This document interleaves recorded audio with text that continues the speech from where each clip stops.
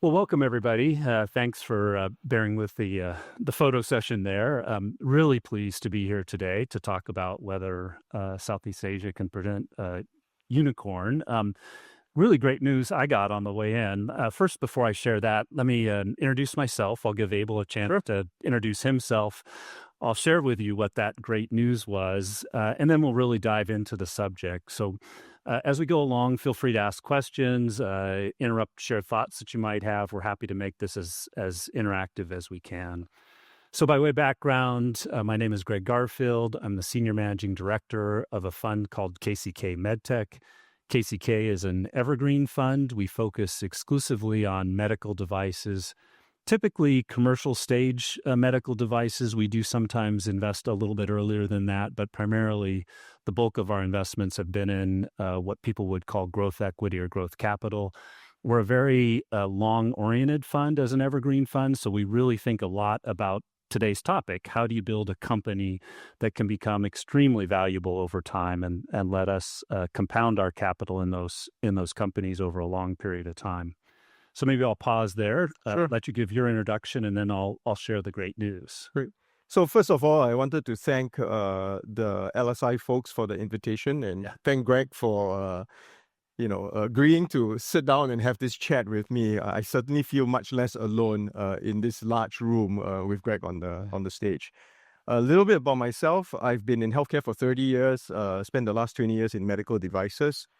And actually, the thing that kind of has I've been focused on, and I'll speak about the fund shortly, is really about bringing disruptive devices to the marketplace. Right, I brought 100 medical devices to the marketplace.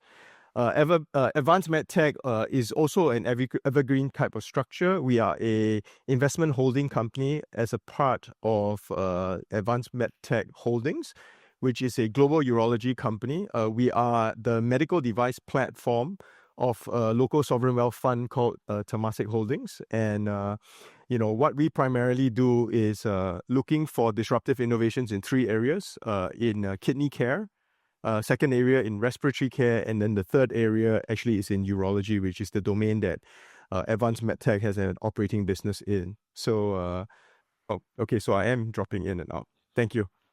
Okay, so great. Go ahead, Greg. Well, the great news is, can Asia produce a medtech unicorn? The answer is yes. So we could be done with the session today. I think probably people have come to learn more about that. But as many of you are aware, there's been a relatively recent listing of a Singapore-based company on the Hong Kong exchange that's valued now over $1 billion. And so unequivocally, we can answer that question, yes. What we hope to do today is give more perspective on that, both from an investor's perspective as well as a company's perspective. So I think it's an incredible accomplishment by them. It's a great sign for the sector. It's a great sign for the geography. But really, as we hope to do today, is peel the onion back more and kind of understand what does it take to become a medtech unicorn. What of the attributes of the company need to be met to be able to satisfy that? Are there either unique challenges or opportunities about this geography, and a number of other topics? So kind of with that, maybe I'll turn it over to you to get your initial thoughts and reaction to that news and see where we go from here. Sounds good. So actually, I thought it was interesting time to actually have this discussion, because I think that one of the things that perhaps the community here in Asia, specifically Singapore, could probably be thinking about is this concept of building for valuation or building for value, right? And especially because we've got a couple of startups founders here in the room, I thought it might be useful. And I'll share a story. And actually, I realized that Greg actually also has a apocryphal story, which is kind of tells you about what sometimes happens. So we have a company, we've had multiple exits in our portfolio. One of our exits actually was a company that went listing and it got to a $500 million valuation. So not a unicorn. But what happened is that they actually ran into some trouble. And eventually they ran out of funding and they delisted. This was after the investors had all taken their money out. So the sad part of the story is actually the founders that had spent 10, 15, 20 years of your lives in the company actually did not get a lot of value out of the company. So it had a good valuation, but not much value for the founders, right? So that's one story. Another story I would share is another company that I've gotten to know through my teaching at Stanford Biodesign, which is a company called Neotract. And it's a company that for the longest time was the tiniest company. You wouldn't even realize how big this company, and I think Greg knows them well. Sure. There you go. So why don't you tell the story? I mean, when they exited, they were still less than 50 people on staff. Yeah. So I'm told. Yeah. Right. Please. And well, where do you want me to? It's a long story. So Neotract had a technology for treating a BPH, benign prostate hyperplasia. They spent at least 10 years working the process through the FDA, and there were a variety of fits and starts associated with that. Ultimately, they did get the technology approved and saw very rapid market adoption, and came up on a point where they were considering going public, but instead took a exit through an acquisition by a company called Teleflex back at the time. A very good exit for a company their stage, 50 employees, probably a little more than 50 employees in, because they had started to build out the commercial organization at the time. But as I recall, it was around an $800 million exit with a potential for milestones. Now, there was a lot of debate and consternation on that board about whether they should have taken the company public, because they were going quite rapidly at the time. And there's a chance they could have gotten the unicorn valuation or more. Although shortly after the acquisition, COVID hit and shut down a lot of the operations. And as many of you are familiar, many medical device companies, especially some of the smaller ones, really struggled during COVID, including struggling with valuation. So it's one of those where I think probably at the end of the day, the board made the right decision, but always tough to know what that counterfactual is, what they might have left on the table. Well, but the epilogue of that story is, so I knew of them at the start. I also was very familiar with them after they exited. So Liam Kelly is the CEO of Teleflex. He's a longtime friend of mine. And actually at one point, Teleflex had a third of their $40 billion valuation attributed to Neotract, which is this one device called Urolift, right? And if you go and Google how much the exit was, the investors did not get $1 billion, but the exit that was publicized was $1.1 billion, of which about 300 was milestones and 800 million was cash, right? And I think that, I think it's worth sharing these two stories, because you have one where the founders did very, very well, right? I mean, now the founders are all over the business, right? That go back to Neotract. Sure. And then you have the portfolio company that I shared about, where the founders they still have to work because, the exit did not facilitate a life of financial independence.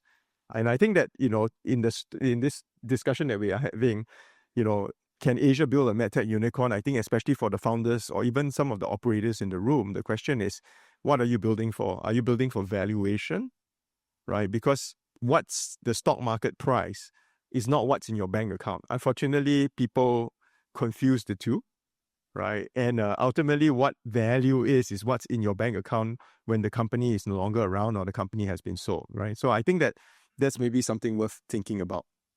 Yeah. And I would add, we particularly my fund, which is an evergreen fund, think a little differently generally about IPOs. They're obviously incredibly well publicized. They for a lot of people sort of represent the pinnacle of your efforts as we get to go public. We're represented and recognized on an exchange.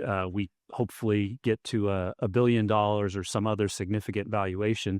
At the end of the day, they really still are fundraising events. You're raising more capital for the company to grow the company. And if you've built a great company and the company is delivering value to, first and foremost, to patients, to healthcare workers, to systems, to payers, then at the end of the day, the market's going to recognize that value for you. And I think too often companies go public, they get a little too focused on what the stock price is. They spend a lot of time thinking about how they're going to make their next quarter's revenue or earnings, and they begin to ignore some of the fundamentals that have to do with building, really great businesses. And so for many of our companies we have in our portfolio, we've had two companies go public, one of which ended up with almost a $2 billion market cap before they've settled back down to about $400 million now. So there's a relatively wide range, and I'm sad to report we didn't get out at $2 billion. We're still holding firm at $400 million. And the other one went up to $800 million and kind of back down to $500 million. It's an interesting story. The name of the company was NeuroPace.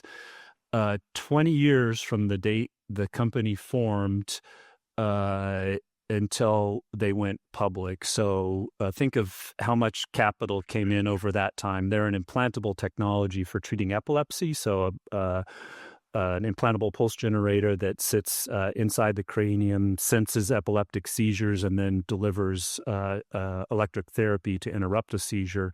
But it took them 20 years to get to market and build enough commercial momentum to go public. In the course of that 20 years, many of the investors were wiped out as subsequent rounds of financing came in. Many people went to the company and left over that period of time. And ultimately, kind of those who stuck with it have enjoyed what has turned into a nice IPO, although even their journey since being a public company has been rocky. They went out at $16 a share, which was $300 or $400 million.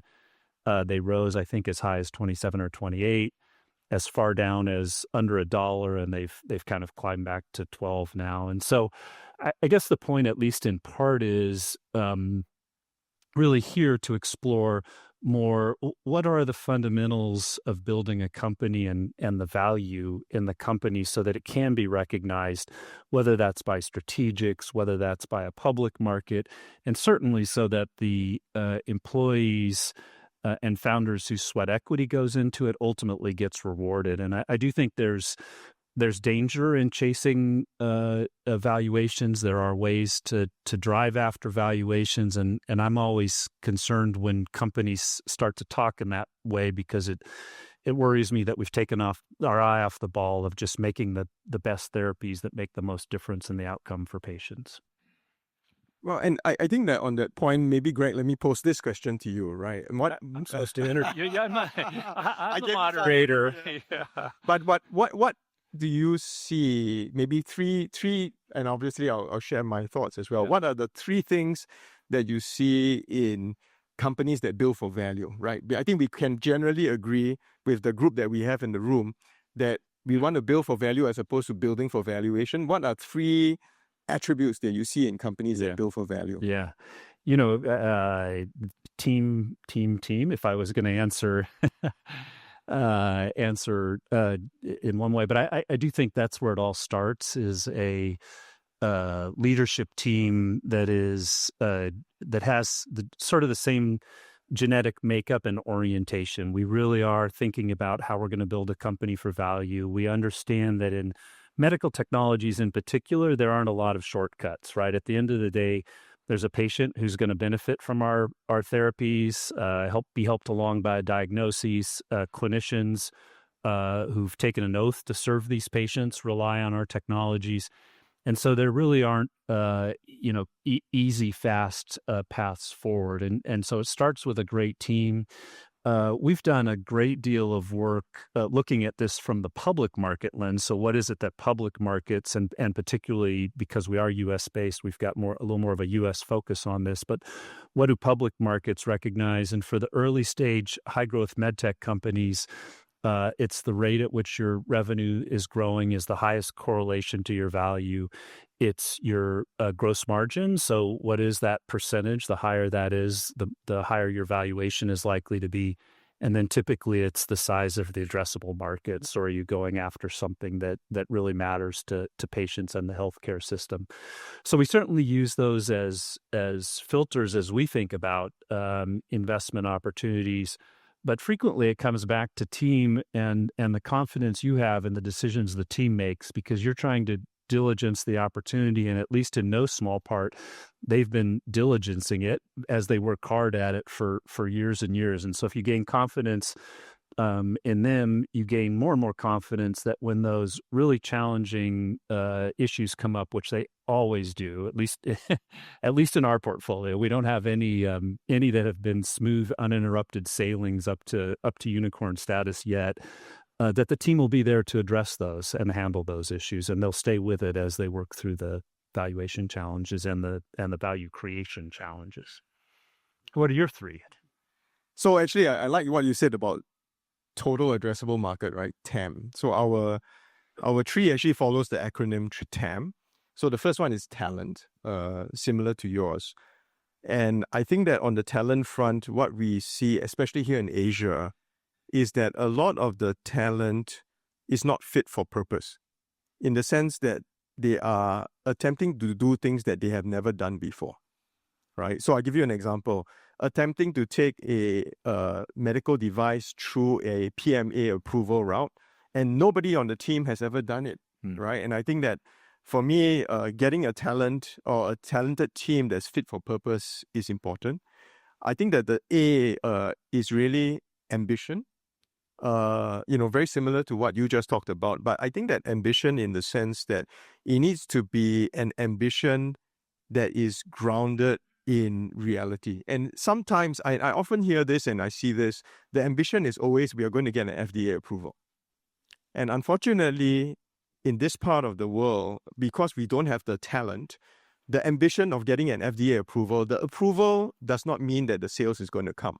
I think during the course of the next few days, you will meet people at this event that actually have FDA approvals, but they're not selling a lot of it, which then does not create a lot of value. And then the final thought I would have is actually we need markets, right? We need good, strong markets for the devices to reach the valuations that we talked about. And funny story, and I don't know if Greg remembers this. Actually, Greg and I met because of Matt O'Brien from Piper Jeffries, or well, Piper Sandler, they call themselves today, right? Matt was like, I know Greg, I know you guys need to know each other. And that's how we connected. And that's what a well-functioning market looks like, right? People who are strong in equity capital markets, people who are strong in the private markets, there is a capital market to support the medical devices going out. Because if you only have private markets without capital markets, actually that's like clapping with one hand, right? So I think that we need the three, right? Talent, we need ambition, and we need markets. So as you can imagine, for many of the companies in our portfolio, we are now taking them to the US. We are literally re-domiciling our companies out of Singapore into the US because of point number 3. So that's a little bit of what we are thinking. Yeah. No, I like that. I think the some of the challenges here you're much more familiar with, which is why this panel's obviously so relevant. I'd love to hear a little bit more about your thoughts on the market here, and why is there only one hand clapping, and what can we collectively do, if anything, to other than just shift everything over to the U.S. to help the other hand clap? No, I think that we are trying, and a couple of things, and we've got some colleagues from the government sector, they are here.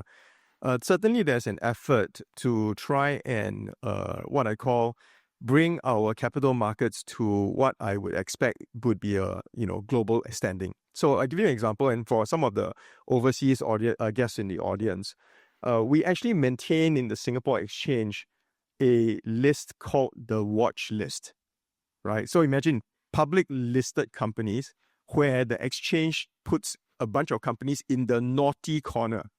Literally. I mean, no other exchange in the world do you have something called a watch list, right? Fortunately, we are actually in the process of disbanding the watch list, which I think is something which I think we should do, right? But it kind of gives you a bit of a sensing of what the local market looks like, that we actually do maintain a naughty corner, that all the disclosures that you have and all the things that you have that are actually publicly released are not enough information for people to form an opinion, that actually the regulator has to say we actually have a watch list. So, caveat emptor plus, right? So I think it gives you a bit of a sensing. That is a regulatory guide. That watch list is going to be disbanded hopefully in the next couple of months. But I think it gives you a bit of the sentiment that is happening here. One of the other things that we don't really need to take a look at is, people like Matt O'Brien, right? I am told, I don't know this for a fact, but I am told by ECM teams in the Goldman Sachs and the Morgan Stanleys of Asia that we actually have one healthcare dedicated specialist in Singapore. In any of the banks, one person. So only one Matt O'Brien in the whole of Singapore, right? And I think that is something that we can definitely do something about if we really want to have a well-functioning market. Because if you don't have healthcare specialist coverage, what kind of ambition can you have to actually really develop a marketplace? So I think that those are things that are coming down the pipe, right? And then you have other things like liquidity and so on and so forth. But I think that you need to put the basic pieces into place in order to have a well-functioning market. And I think we're in the process of working through some of this. And while I'm optimistic, I think that if you have companies that need cash right now, right, and they have an ambition to be global, right, we can't wait for some of these things to get done. We have to go out and get it done. So that's why we're doing it. Yeah, and there's a really, really tough balance there. And I probably many of you appreciate this, but it's remarkable the way capital flows down from successful public markets. And so, as I said earlier, we as a fund don't overemphasize going public. We see this as another milestone in a journey. But there is a great deal of capital that comes into the public markets when you have successful companies having successful outcomes. It forces other capital to start to go earlier in the ecosystem and invest earlier and earlier in companies at earlier stages. And so it has a nice sort of fortuitous cycle. The biggest capital at the top pushes the next biggest capital down, pushes the next biggest capital down, and so on. It's really challenging when you've got an ecosystem where there are a lot of companies that are at the kind of A, B, maybe early C stage, but there isn't capital that comes sort of top down in a manner of speaking to support them, because at least in some part, they look and they say, okay, where am I going with this? When am I going to see my exit? When am I going to see my liquidity? Paint that picture for me. And I liked your analogy. To the extent there's only one hand clapping, it's kind of a hard picture for people to wrap their head around, which creates a more of an overemphasis on some of those more established markets, including in the U.S. And I think you're smart to bring companies there. I mean, the nice thing is there's a great capital market system there. The challenge, of course, is indoctrinating into a culture and into a set of challenges that are less familiar for people who are from this geography. So.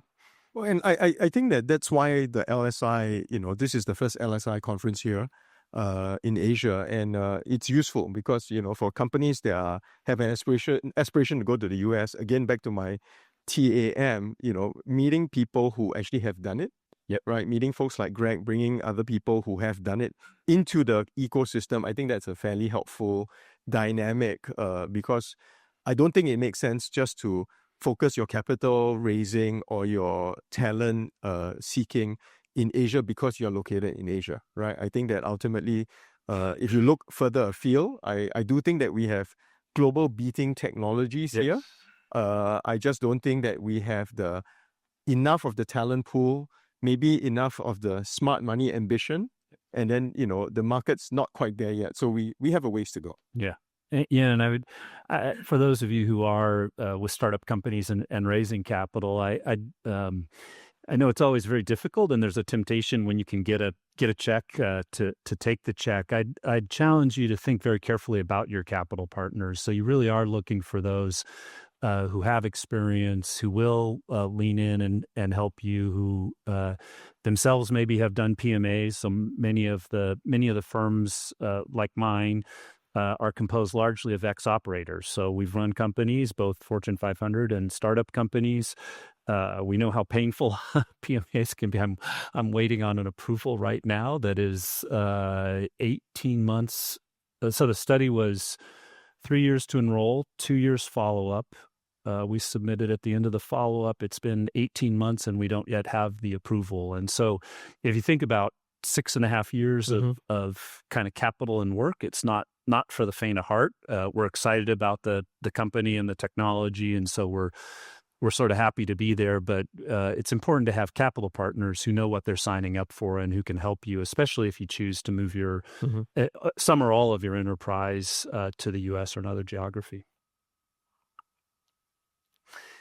Any questions as we've kind of gone along here? It's been a little bit of a monologue or bilogue here, but happy to answer questions, hear thoughts from. I think Henry has a question. Fire away. You use the mic at the center of yours. First of all, thank you both for doing this.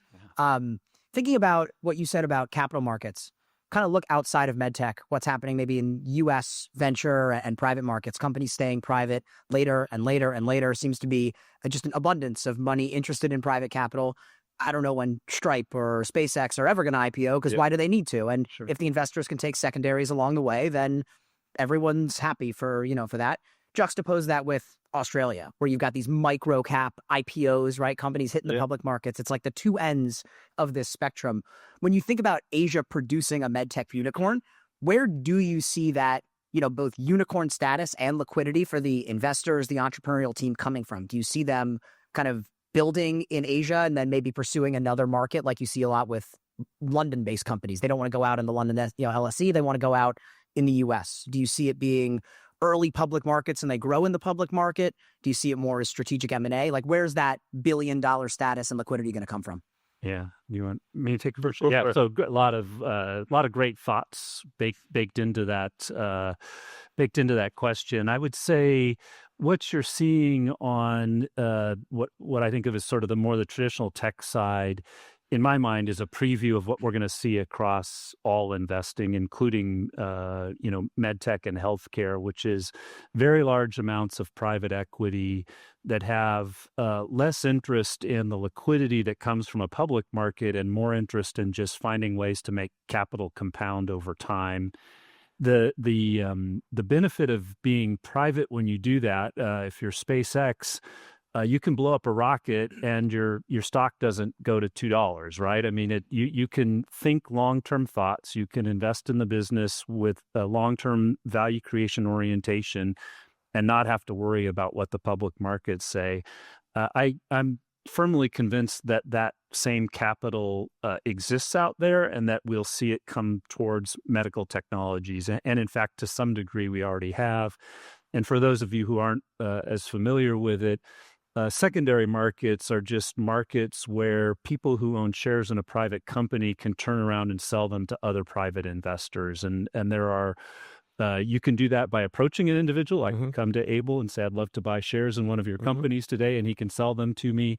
But increasingly, there are a number of brokers and other exchanges that are set up to facilitate these. And to me, they're a great new growth in the capital ecosystem, because I think it allows management team to really stay focused on growing it. And of the secondary markets, in my mind, by far the most important thing is it gives employees and founders a chance to sell some of their shares in secondary markets.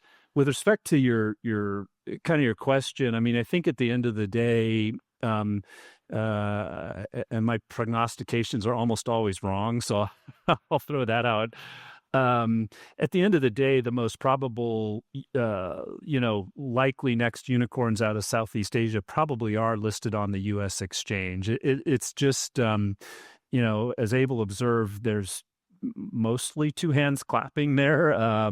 And I think it's going to be easiest for companies to go there, create value, because I agree, the technologies I've seen, the identification of the need for the healthcare system or the patient, it's spot on for many of the companies I've met here. And so I think the ecosystem is thriving, but you've got a capital problem.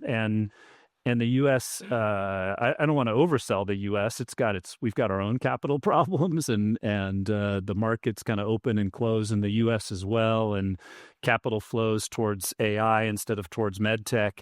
But on balance, I feel like those markets are healthier. And of course, if we look at the last, really kind of 30 years, the vast majority of unicorns have been created on those markets, and so I don't see that changing in the near term. I do think we need to do all the right things and kind of build the healthy capital ecosystem worldwide. But certainly in the nearer term, I suspect that's probably where you're going to see more of those. Different thoughts or opinions or. So I think that my view is, especially to Henry's question about companies staying private for longer and getting to the right sweet spot. I think that one thing if I could make a recommendation to the operators that are in the room, right? Because you are in Asia and you're raising in Asia, you have to accept that your Asian norm is you have to run for profitability. I don't think that you will have the luxury of raising hundreds and hundreds of millions of dollars and people are going to keep funding loss, right? And actually, if you are in that unique, and we do have companies that are in this space that have run for profitability and have grown to very sizable companies. I give you 2 transactions that have happened in the last 24 months. One of them is Fong's Engineering, not a very big company. They only got to about $30 million of sales, but they were transacted for $100 million, so 3x. And they were transacted about 12x EBITDA. 3x was revenue, 12x EBITDA. This is in the CDMO space, right? You have another company in Hong Kong called Quasar, right? It's a company that was transacted to Boyu, which is another private equity, for $650 million, right? They were transacted at 16.5 EBITDA, right? And about 5 to 6x of revenue, right? And why I raise those 2 benchmarks to your attention is very simple. Right, these are people who have grown up here in this part of the world. They have chased markets that have allowed them to grow revenue, grow profitability, and have created incredible amounts of value for the founders, right? As opposed to basically betting on the technology and chucking, and both of these companies, to be absolutely candid, could have gone the route of spend more and more in R&D, right, and never have profitability, and the founders would actually be not anywhere wealthier today. They would not have created any value for the investment of time and effort and the risk that they have taken. So I think that that's one thing, which is, if you are in this part of the world, play to the norms of this part of the world. Or the other path you could potentially take is, as what Greg said, is, get to a certain point, pivot into a new market and start there and network and build that kind of company that you want to. But to sit in Asia and say, I'm going to make a, loss after loss after loss, right? I think it's going to be very, very difficult. That's point number 1. I think point number 2 is this. I think even the companies that we do have, they are already listed, right? Most recent one is Meraxus. I would be very surprised if they don't dual list somewhere, because currently the trading volume is 1/3 of 1%. 1/3 of 1% every day, right? Albeit not much trading history, but whatever value that you see based on 1/3 of 1% trading volume, I can tell you is the wrong number, right? Which means nobody gets to exit. Not strategics, not investors, not founders, nobody. And I mean, we all love Lee Han. He's a, outstanding feature of the community in Singapore, but I think we all want him to have some liquidity. Right? So I think that gives you a bit of a sensing to Henry's question. Sometimes going public is the right thing to do to raise money, but is it the right thing to do for the founders and the families and all that associated with the company? That's a larger deliberation, just for food for thought. And it's just quickly, thank you. Just quickly coming back to the first point, even in the U.S., sort of 4 or 5 years ago, the scorecard was all revenue growth, and especially when it came to commercialization. And so we saw company after company come through, raise capital on the public markets and spend it to expand their commercial footprint. And they did grow, many of them grew revenue very fast and never became profitable. And sort of among those, one of the poster childs was Nevro, which peaked, I think, at 4 or 5 billion in market cap and ultimately transacted just late last year for 400 million. Yeah, exactly. They were at 300 or 400 million in revenue and still unprofitable, and that's not tenable anymore in any market. And so if you can get to profitability, you can control your own destiny. You can continue to create value. You can work to invest more in your pipeline once you're profitable. So the world, in a manner of speaking, kind of becomes your oyster. So big fans of companies both growing and getting to profitability. There's always a tough tension there, right? Which is a good, healthy tension for management teams to struggle with. Yeah, please. Can I ask? Go ahead, Eric. Sure. It's the inverse of what you've described. Yeah. So you have opportunity to work with U.S. companies that are thinking about expansion to Asia. Yep. So I'm curious for your take on the Asian market when you're working with these companies and they're growing commercially, because you described the exact trade-off: get the revenue and get the regulatory milestones, get some revenue in places like China, Japan, or Singapore, New Zealand, which can be quicker.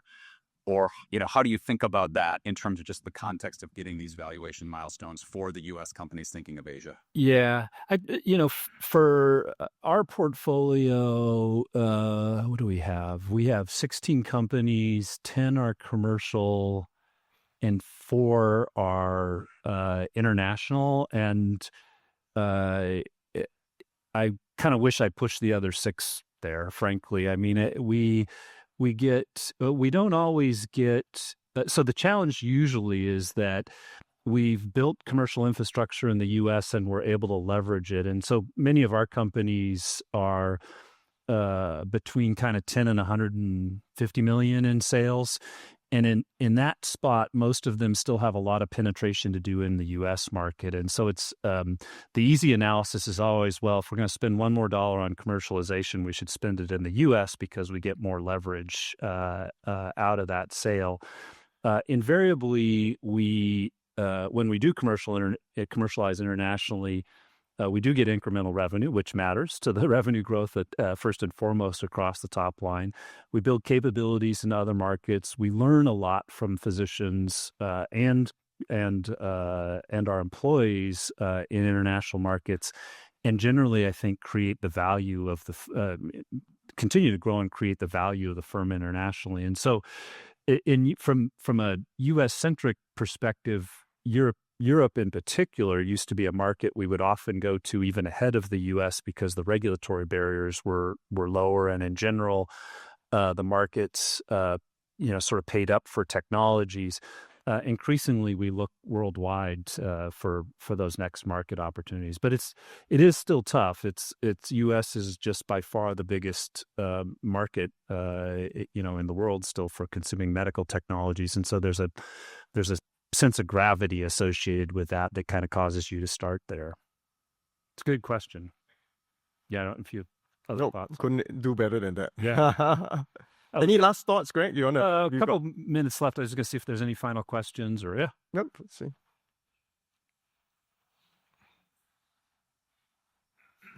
Thank you. Hi, my name is Srini. I'm a startup founder in the structural heart space.